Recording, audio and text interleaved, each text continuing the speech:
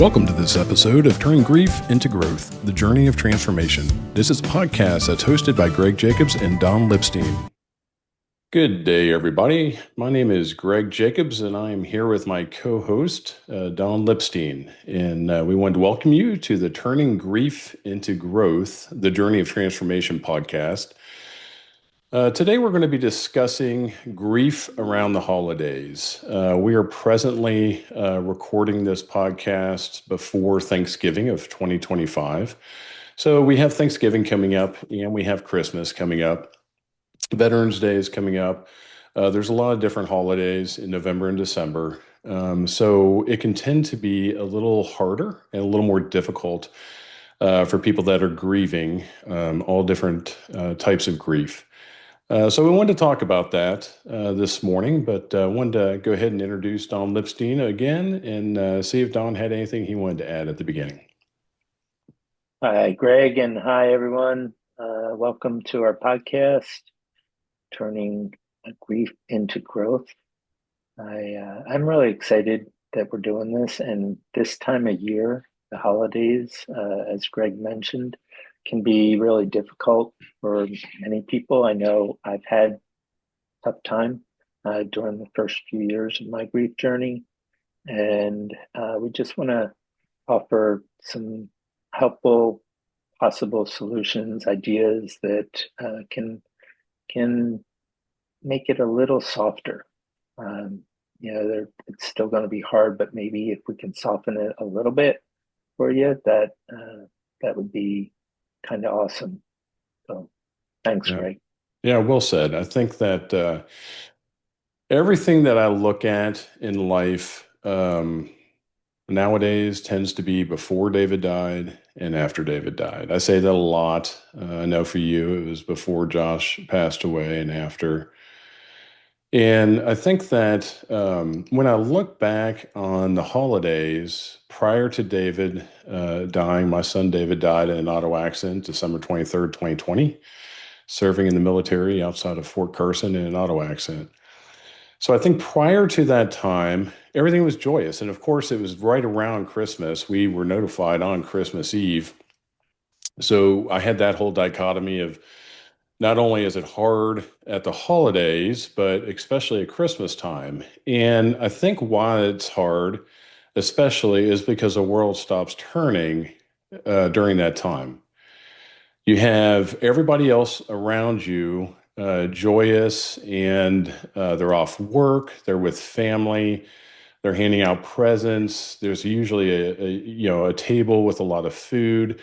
Whatever the family tradition and the dynamics might be for your family, it's different for everyone.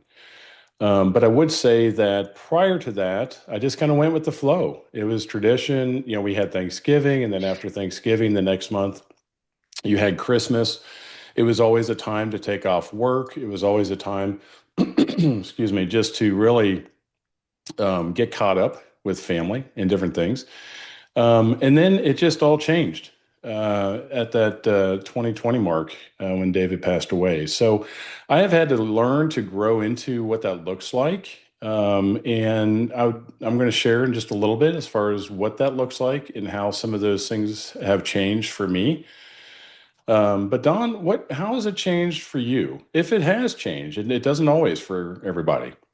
Yeah, thanks. And, I just want to point out, Greg, that, for you and anyone that has lost a loved one around the holidays, it can bring up a lot more emotions based on the fact that, here are the holidays, we're dealing with a day of remembrance. I prefer to call it Day of Remembrance as opposed to anniversary date Mhm. because anniversaries are meant to be celebrated, and I don't think the Day of Remembrance or the Day of the Death is celebratory. That's a good point. So you're dealing with everyone getting excited about the holidays, and here you are, you know, trying to deal with your grief, and the emotions get a lot higher when when it's that day of remembrance. So I just want to point out that for people that have lost loved ones around the holidays, whether it's Thanksgiving, Christmas, New Year's, and there are a lot of people that do die around those times. Um, it just can be a more challenging time. So for me, my Josh died in March of 2011, and I had a real rough uh, Christmas, Thanksgiving, and Christmas. Thanksgiving has always been my favorite holiday, and here we're missing somebody at the table, and Kind of hard to be that thankful. yeah, it was very difficult to be thankful. Um, and it was, it just, I felt the loss a lot greater at that time. Um, and Christmas, the same, New Year's, the same. Uh, that first year was just so challenging for me. Um, and I had to find ways to kind of make it so that it wasn't so challenging.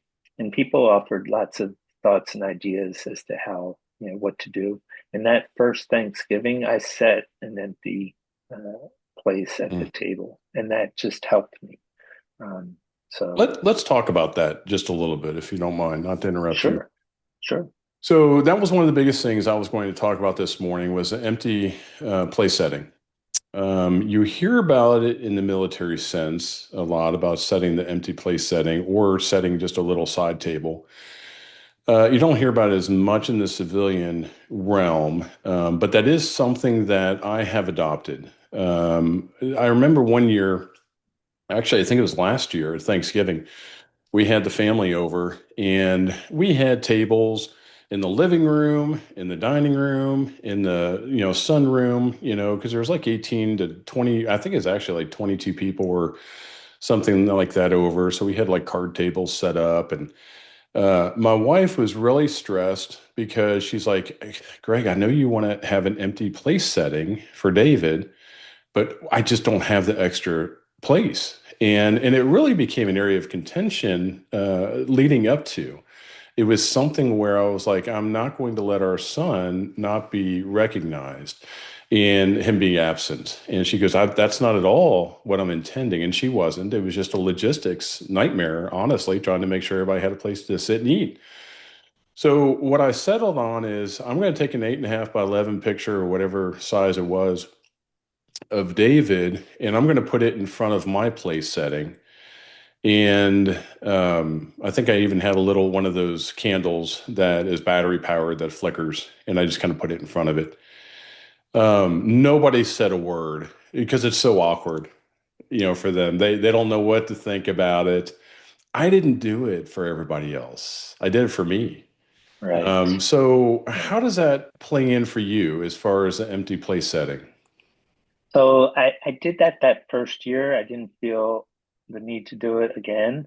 Um, I, you know, it's interesting that you asked that question because it was for me.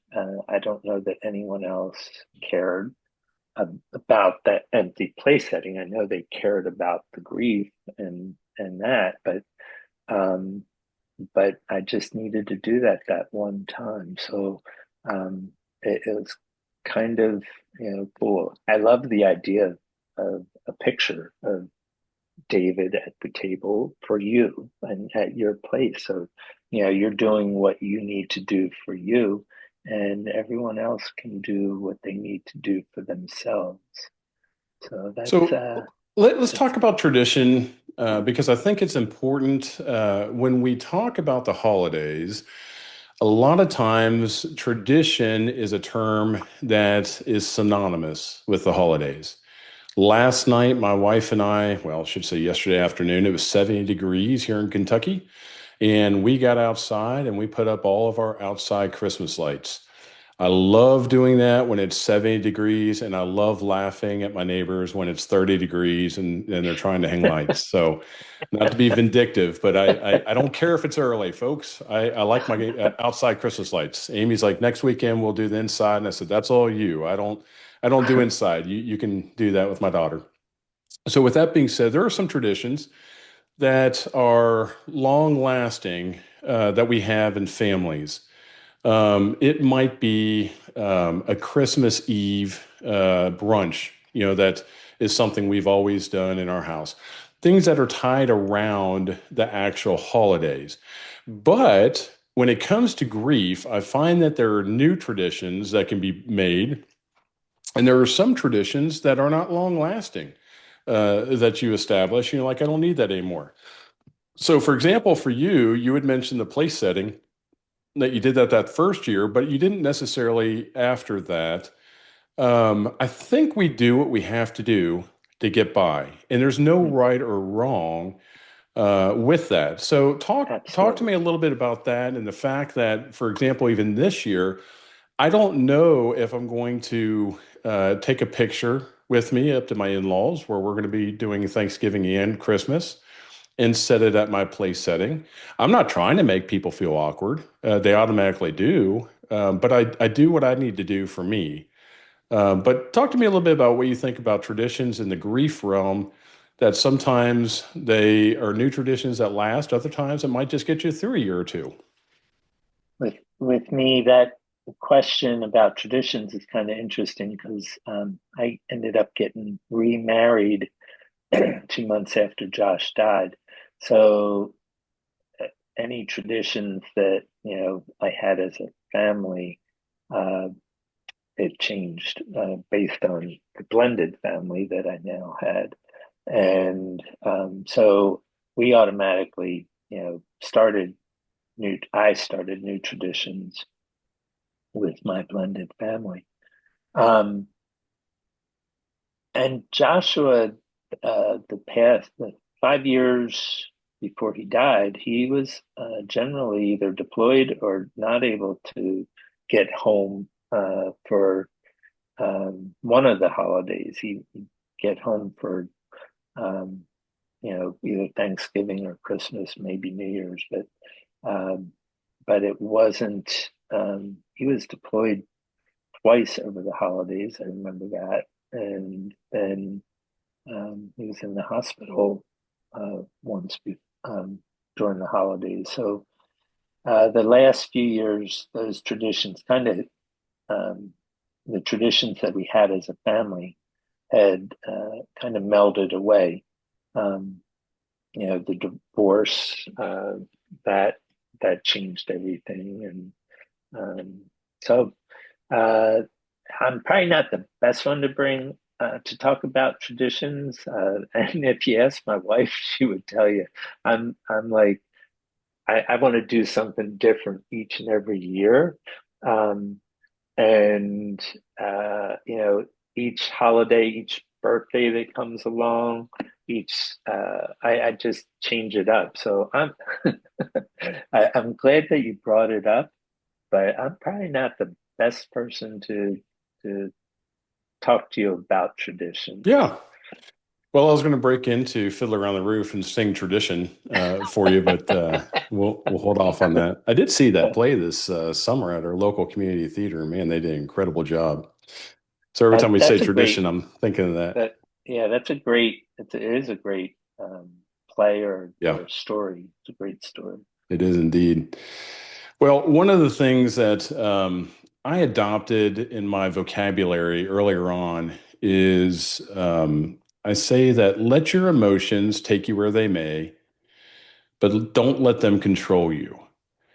And it's one of those things that gets you kind of scratching your head, like, what does that mean? Kind of like if I say you have to put the work in with grief. Well, what does that mean? What's that look like? And it's different, for every single person. And we'll break that down, I think, in future episodes as far as putting the work in. But letting your emotions take you where they may, but don't let them control you, can be that you're feeling anger. That's a popular um, emotion that people feel around the holidays. They don't want to admit it because it's supposed to be a joyous time of year, right?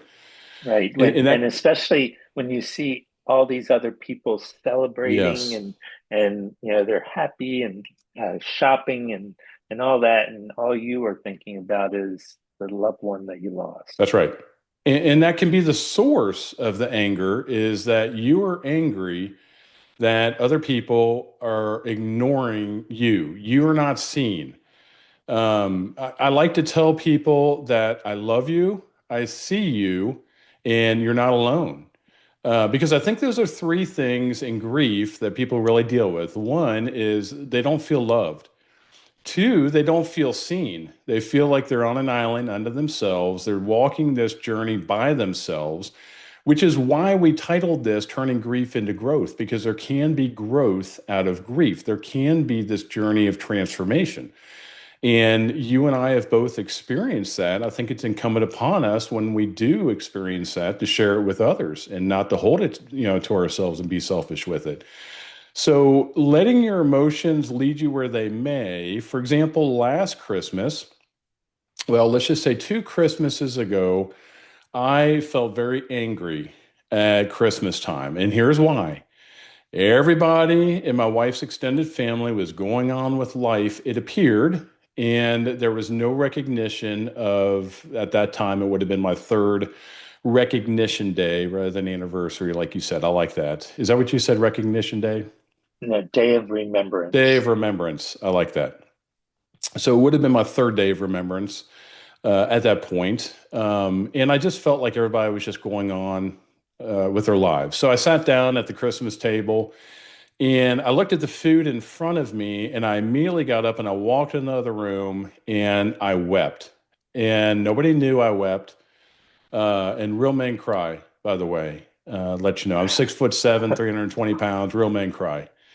Yeah, So I've seen the man cry, and that's right. I've done a lot of crying Yes. too. But you know, yeah, we that's another episode, I That'll think. be a good episode. We'll talk about Yeah, that. yeah, What are social norms and breaking out of those social norms? But I think that when I went in the other room and cried, nobody knew I was crying. Nobody heard me. I just went in the other room, and the reason I did is one, I didn't want to burden everybody else publicly with it because grieving is very much mourning can be a very much private experience, that outward manifestation of the grief. And I was mourning the fact that for 22 years, my son sat at that table with us and had a family Christmas meal, but he didn't that time. And this last year, so a year ago, I went ahead and called my father-in-law up and I said, "Hey, I said, I wanted to be proactive about something if you're willing to listen." He said, "Absolutely." And I said, "Would you mind when you say the blessing over the meal, would you mind just acknowledging David's not with us again this year? That's all I need. It's a simple ask. Would you mind doing that?" And he said, "No, absolutely. I was already planning on it." And I said, "Thank you. I appreciate it." And that's all I did. And I felt my anxiety level the week before just really go down. And the only thing I was waiting for was just for the blessing over the meal because I knew that my father-in-law promised me that he was going to go ahead and acknowledge David. It was like the pinnacle of everything that week. I just wanted my son not to be forgotten. And he did. And he did a really good job out of it. And I was able to sit down. I was able to eat the meal. I was able to smile and laugh. But I think that's being proactive with your emotions, letting your emotions lead you where they may, but don't let them control you. How it would have controlled me is if I wouldn't have picked up the phone, made that proactive conversation, and I just would have been angry. Does that make sense? yeah. It makes perfect sense, and I'm really glad you brought that up because we tend to not put we tend to not ask for what we need. Um, and I think you, by doing what you did, by asking your father-in-law to include David, you asked for what you needed to help you get through this. And it was, a small ask, but for you, it was a big deal. And I think that's key, that self-awareness. If you can know, how you're going to be feeling, that you might be feeling, you sad and melancholy, good chance that you will be. And if there's a way that you can, you know, lift that up just a little bit by asking others for what you need, what a great antidote to, taking away some of that sadness. Absolutely. And I think, Don, there's ripple effects for that as well, right? So Yeah. my wife squeezed my hand as we were sitting there holding hands, and I knew it meant a lot to her. She didn't know I made that call to her dad. I know that my other two surviving children, that meant a lot to them. And it probably meant a lot to the cousins and the brothers-in-laws and sister-in-laws and things like that as well. So I think there's ripple effects to proactivity in the positive manner with that. So let me segue, if I might. Um, we talk about grief, and there are so many different caveats to grief. There's so many different types of grief. There can be the loss of a pet. And I know that you and I losing sons, they say that there's nothing harder than the loss of a child. So we'll acknowledge that up front.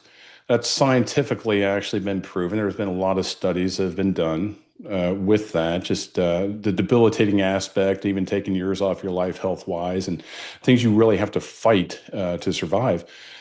But losing a pet, losing a parent, losing a grandparent, losing a job, there's a lot of different types of grief Lo- out there. lose, Losing a marriage. I Losing mean, a marriage. divorce is one of the hardest uh, types of grief to Yes. deal with. Um, I know. Yes. I've been through it, and it was very difficult. And I've talked to a lot of grandparents. I'm a grandparent myself. I've got a 7-year-old son that my or 7-year-old grandson that my son had fathered before he went in the military, and love Thomas to death. But I've talked to a lot of grandparents who have lost a child, and let's say it was a son, and the daughter-in-law cut them off afterwards, or the daughter-in-law remarried and didn't allow the grandkids to see the grandparents, and the grandparents are just devastated. So there's all different dynamics when we look at it. I had coffee yesterday with a friend of mine, a really close, dear friend of mine, and he has a 14-year-old daughter who has some behavioral issues. And she is at a facility right now that is really for behavioral issues. And he's like, Greg, this is the first Christmas that I'll be without my daughter. And I told him, I said, look, you're grieving in a different way. I've got another friend of mine whose son is in prison. And he's grieving the fact that his son won't be there around the holidays. So it doesn't have to necessarily be a death that we're talking about.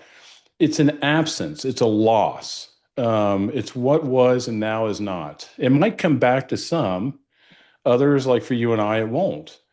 But I did want to talk about the stocking stuffers because I think that that's an interesting thing that continues to come up in my conversations around grief around the holidays. I have 3 children. My eldest, David, was taken from me in an auto accident. First year, do I still hang a stocking? And remember, he died December 23rd. We were told December 24th. So his stocking was already hung, even though he was in the military stationed at Fort Carson in Colorado. He wasn't going to be home, but we always still hung one for him, even when he was overseas in South Korea. So after that, the second year, it was like, do we still hang a stocking? And the answer to that was yes. We have filled it with the same stocking things as our other 2 children. And what we've done a lot of times is we've kind of had surrogates for him. We've had his best friends over, kind of on a rotation basis. And, we might say, Connor, do you want to come over? I have something I want to give you. And then we'll hand him the stocking and we'll be like, hey, I can't have David open this, but you're a close friend of his. So I would like you to open this in front of us if that's okay. And it's just little, things. But I think there's things you can be creative with that. You don't have to hang a stocking if that, triggers you in the negative. But I think it is okay to give yourself permission to do that. So what are your thoughts on that? Yeah, as I was listening to you share that story, it reminded me that, I said earlier that I'm not a very traditional person, but I had traditions in my first marriage that, we would have all these gifts for the three of our kids, and we wouldn't wrap any until Christmas Eve. And the kids would go to bed, and we'd be up half the night wrapping gifts. And I recall when the first Christmas after our separation, we weren't divorced yet, but we were separated. And I was wrapping my gifts for my kids. And I just broke down in tears because this, you know, this was very different for me. And I felt very alone. Um, and so uh, that was a real challenging time for me.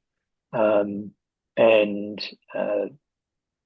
I I don't know how. I mean, the following year was nowhere near as difficult, and I think because created, I was creating new traditions, or saying that hey, it's okay that if we don't continue to do the tradition, I can't continue to do the tradition unless like I stay up in the middle of the night and do it myself, but I wouldn't be doing it with my wife. So um, that was definitely a challenge.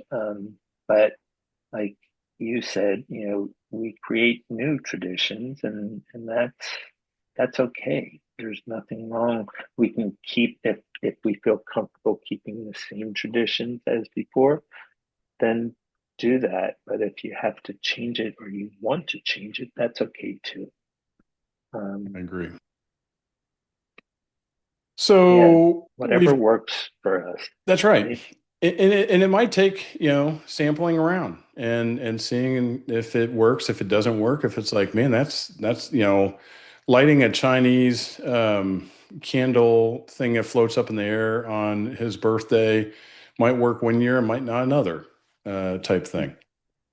So I want to get to the title of the podcast. And each episode, I would like to be able to um, turning grief into growth. I'd like to be able to say, okay, real life application. What are some examples of turning grief into growth? I think that there's a popular term out there, and I understand why it's out there. Embrace the suck. Embrace the suck is, man, life sucks sometimes. It's hard. If you think about like even t-shirts with that, you could see people doing like mud runs or boot camp, and it's like it's hard. You have to persevere, you have to get through it. I don't discount that at all. I do struggle sometimes with embracing the suck as a mentality in grief, because I think what you can do is you could take too much ownership of it. I like to use the terminology of rabbit holes, that a lot of times I can go down rabbit holes certain times a year. Memorial Day would be one of those, his birthday, Father's Day. Actually, Mother's Day hits me harder sometimes than Father's Day. Ironically, I think just because of being a protector and a husband and wanting my wife not to have this pain. But I would say that, yes, there is an aspect of embrace the suck. I don't know the whole COVID era of this is a new normal has to be something that we adopt into our repertoire. I don't know that it's like, well, this is what it is, and therefore this is the way it's always going to be. Because then that blocks off the turning grief into growth, and it's just like turning grief into darkness, and just wallowing in the darkness. So, does that make sense? Do you agree with that? Yeah, I do. And, I think oftentimes we label ourselves, as somebody like a grieving father. Okay, in my case, um, and uh, and sometimes somebody has an addiction. They call themselves an addict, or the label of a widow in the case of a woman who has lost her husband, or a widower, or an orphan if they've lost their parents. And those are just labels. Um, and they really don't have to define us. Um, we have choices. We're always at choice. And, you know, Joshua died by suicide. And I remember saying, I am not going to allow his death to define the 23 years that he lived. And I'm not going to, you know, let my life be defined by the fact that my son died by suicide, even though I have done a lot of work to to help and make meaning out of that tragic loss. Uh, it's not defining who I am, and it's more about how we're being than whatever it is that we're doing. And I think that gets kind of deep and may be needed for another episode. But um, if we're being the compassion, like if we're as compassionate with ourselves as we are with others, that somebody else that might be grieving, if we're kind to ourselves the way we would be to someone else who is grieving, uh, those are the kinds of things that I think we need to think about in order to move forward uh, with our grief. And not that we will ever stop grieving, but it changes. And we have to be able to look inside of ourselves and say, are we treating ourselves with the same type of um, kindness and compassion that we treat other people? So I'm so glad you brought that up, because self-care is a topic that I was taught earlier on. You helped teach me that. There's a difference between self-care and selfishness. Selfishness is doing something out of more vain ambition. I'm going off a cuff here, but basically, that is to the detriment of somebody else. Let's just say that. Self-care is more of you taking care of yourself and allowing yourself to have grace more than anything and to be Well, easy. and you know, as fathers, we definitely wanted to take care of our children and our wife uh, at when we lost our child, right? So I know that that was true for you. I know it was true for me.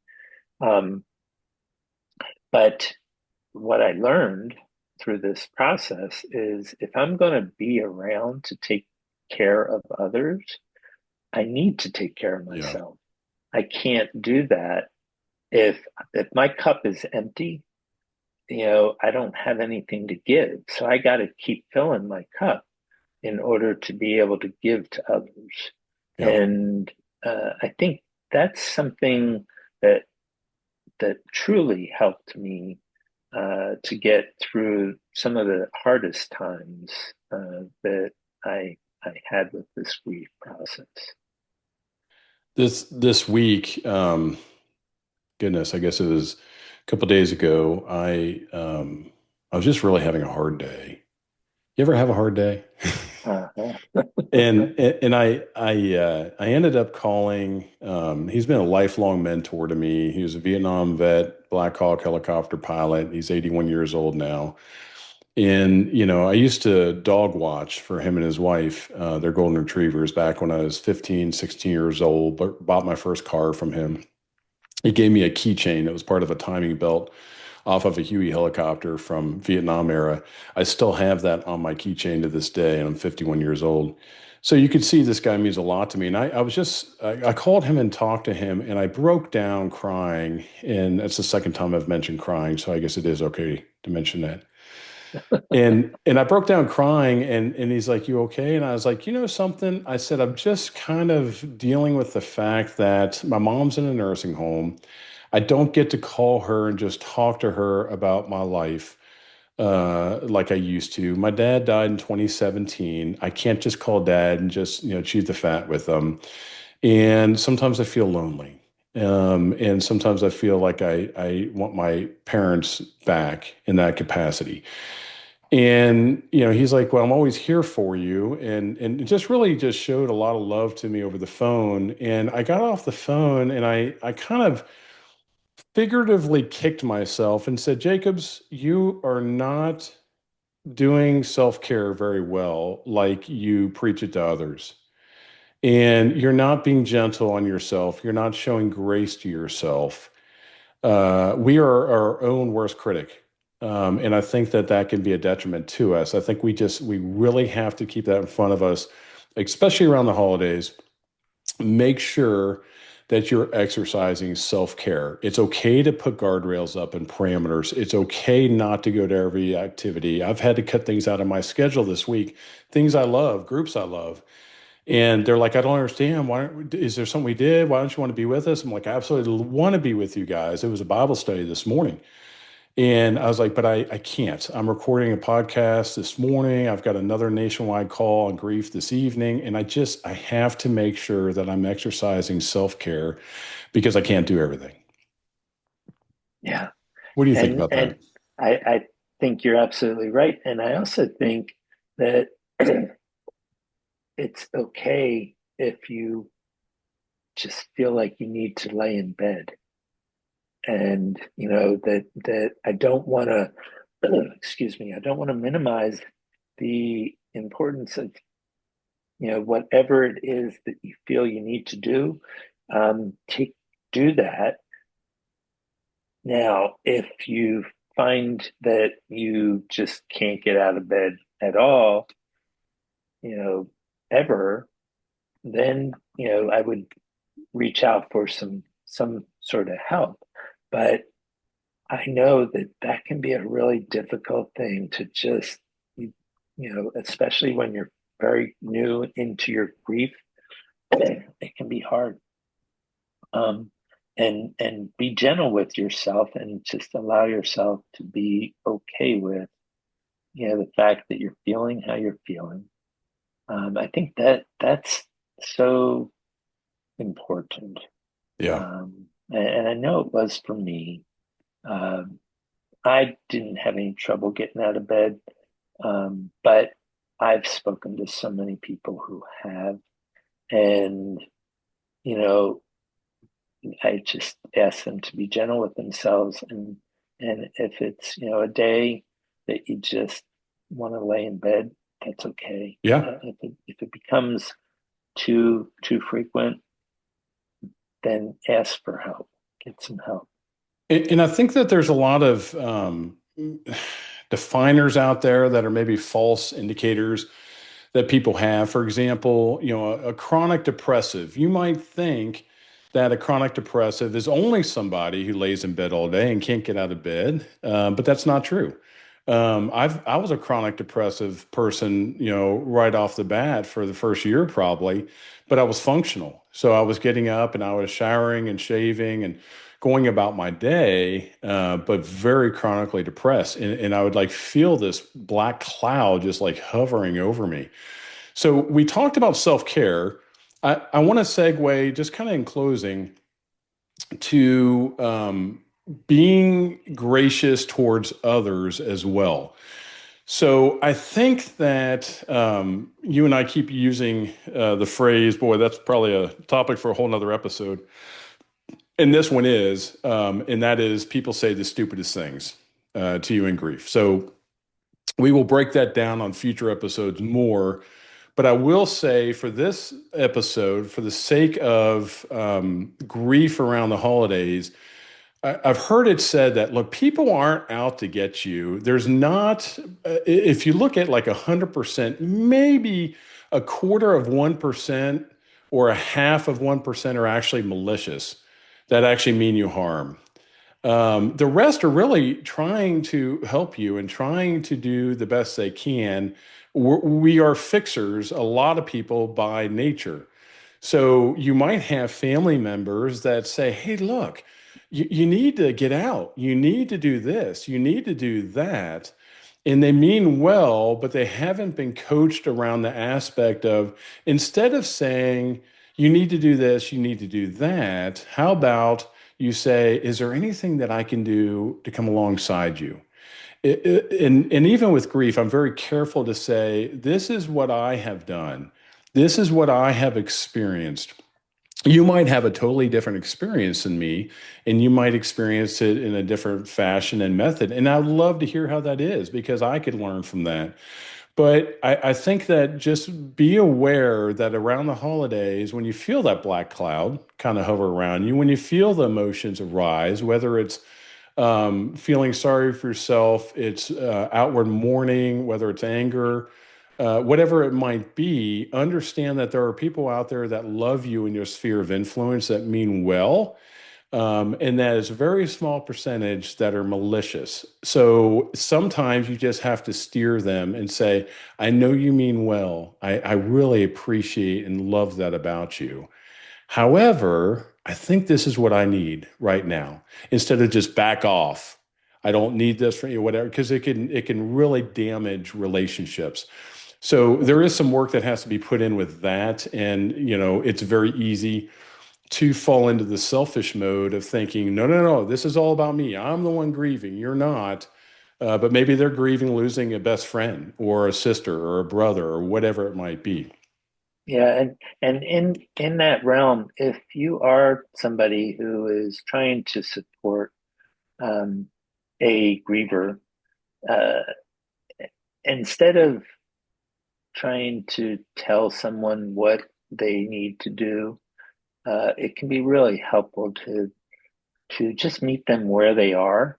And, if somebody doesn't want to get out of bed, maybe you get into bed with them and just kind of, lay there and, talk about whatever they want to talk about. That can be more helpful than trying to tell them what they need to do. So, and yeah, so I just wanted to throw that out there for No, anyone that's a that great might be point. trying to support a griever. I remember my kids, my sons used to always gravitate towards the basement watching TV down there. And my wife would be like, have you talked to your, sons today? And I'm like, they haven't come upstairs. And they're like, she'd be like, have you thought about going downstairs and talking to them? And, sometimes we don't think about taking the initiative on that. Sometimes we think everybody's going to come to us and have exactly the right pertinent thing to do. Yeah, Um, I do want to throw out mental health is a very real thing. Suicidal thoughts are a very real thing. I have had many of them since my son died. I haven't given in to any, but I would say that there is a suicide hotline out there for people to be aware of. Don, do you know what that number is off the top of your head? Not to put you on the spot. yeah, it's was it 211? Geez, I know uh, Well, it just you can Google it, folks, and it's yeah, out there. It's available. It's all over the place. Maybe as I'm just finishing this thought, you could even look it up right there and Google it. But it's just know that there are resources out there. There are people that are willing to talk with you. There's people that are willing to help you, and you're not alone. And we do see you. We do love you, even if we might not know you. And just realize you're not alone. So and my apologies. I've been working with a group that is doing suicide prevention, and the 211 is a United Way helpline that can be helpful if there's problems as far as if you need support around uh, paying rent or those kinds of things. But 988 is the hotline for crisis line. Um, and I knew that, but I got confused. But it is I show you 988. grace. Thank you. Yes. And I hope our viewers will That's too. right. Yeah, um, but 988 is the hotline. And yeah, they're there to support not just if you have somebody that you are concerned about as well, you can call that hotline and they can help you figure out some possible solutions or possible ways to get them the support that they need. absolutely. Well, just in closing, I would just say that grief around the holidays does tend to be a little tricky. It doesn't have to always be hard. I've talked to a lot of people who have had a lot of grief into growth in this area where it gets a little easier due to the work that they put in and due to the proactivity that they might have of steering their emotions in a certain direction. Not having to do every single thing, putting some guardrails up. So know yourself, know your grief, and know that you don't have to do everything, and know that new traditions can be made and that it's okay, whatever you choose. And if it doesn't work for you, then you could do something different next year. Um, so I appreciate everybody dialing in for this episode and this podcast. We're looking forward to launching a whole bunch more episodes coming up. But Don, I did want to give you the last word. Do you have anything that you want to end with? Yeah, I just want to say that, if anyone is in need, I'm hoping that we have our contact information available, and please reach out to either Greg or myself. Um, we have been there. You're not alone.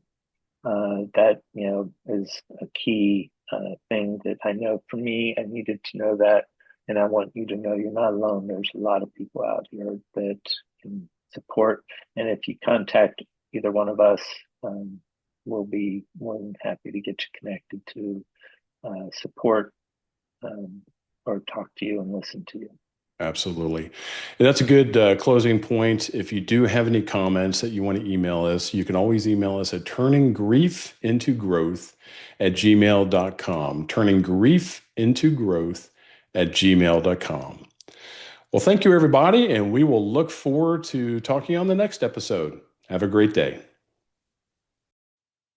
Thank you so much for taking time out of your day to listen. We hope turning grief into growth spoke to your heart and becomes a part of your own journey of healing and transformation. If you know someone who could use a little hope, please share this episode with them. And don't forget to follow, like, or subscribe on your favorite platform so you don't miss what's coming next. Don and I can't wait to share more conversations to help you keep turning your grief into growth. Until next time.